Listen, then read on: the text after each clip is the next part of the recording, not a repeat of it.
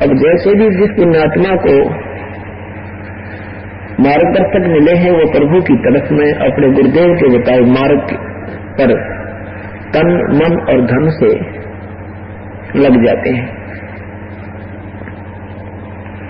और वो साधना शास्त्र विरुद्ध होने से उस साधक को लाभ की स्थान पर हानि कर देती है।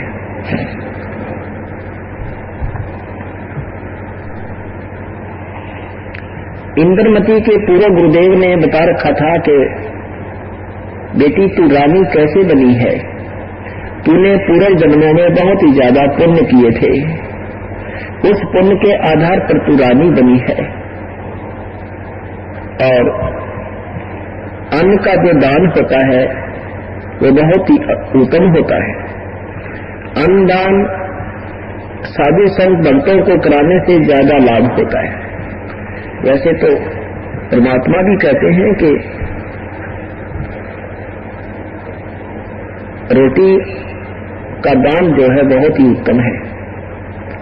आपके द्वार पर कोई भूखा भिखारी आता है, अतिथि आता है, उसको अवश्य श्रद्धा के साथ भोजन कराइए, प्रार्थना करके भोजन कराइए, वो भी पुण्य होता है।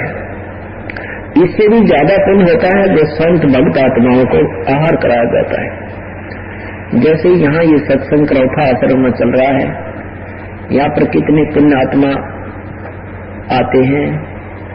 ये यहाँ पर आहार करने के लिए नहीं आते हैं, ये परमात्मा की तलफ में आते हैं। ये साधु हैं, ये संत हैं।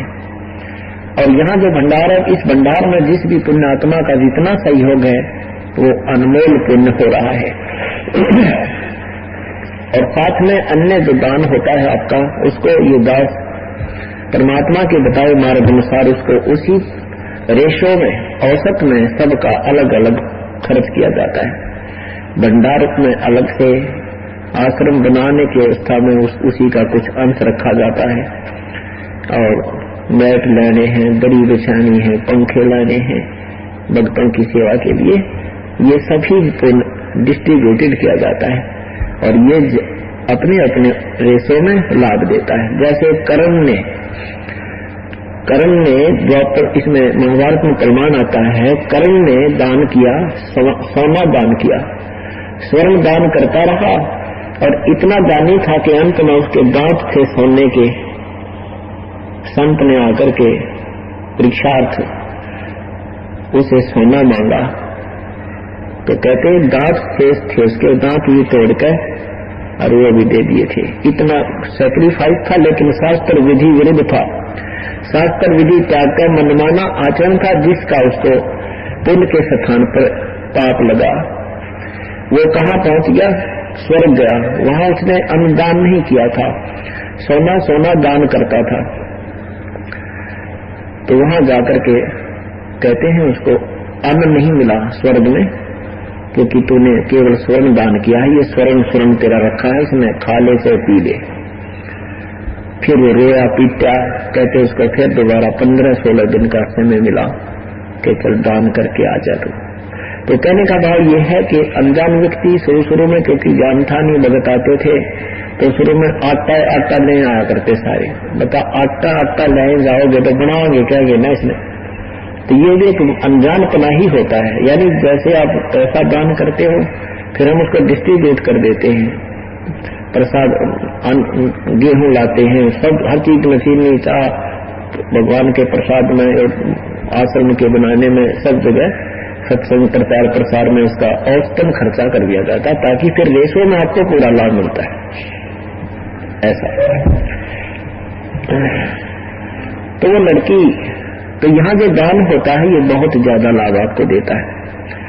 अतिथि को दिया हुआ अन्न कराना वो भी पुण्य है, भूखों को भोजन देना पुण्य है, लेकिन इस पुण्य की तुलना में वो मानस है। एक तो दूध वाली गाय को अच्छा बढ़िया बाखर खिलाए उसको, और एक बिना दूध वाली को, पुण्य तो दोनों का है, लेकिन बिना दूध वाली का आउटपुट कुछ नहीं है। ऐसे हमने स्वार्थ वश भी चलना है थोड़ा। कहते हैं स्वार्थ को साथ रखना है। पहले हम स्वार्थ करते थे धन जोड़न में, अब स्वार्थ करेंगे पुण्य जोड़ने का कि कहां से पुण्य हमारे ज्यादा जुड़ेंगे। कहते हैं लोभ लालच छोड़ना नहीं है, इनकी दिशा बदलनी है, इनका तरीका बदल लेना है। बैराग नाम है त्याग का, इन 5-25 माही, ये 5-25 माही रहने दो, इन्हीं को फिर दूसरी तरफ सपेट लगा दो इनकी।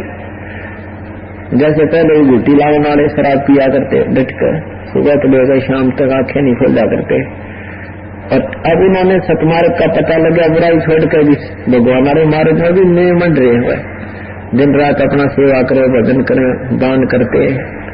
तो इस मन की दिशा बदल दे। ये जितना कोमत में स्पीड पे लगा हुआ होता है ऐसे सुमत में लग जाता है, और इस मन के द्वारा ही यह मजदूरी करवानी पड़ेगी, और तब हम यहां से छुटकारा पाएंगे।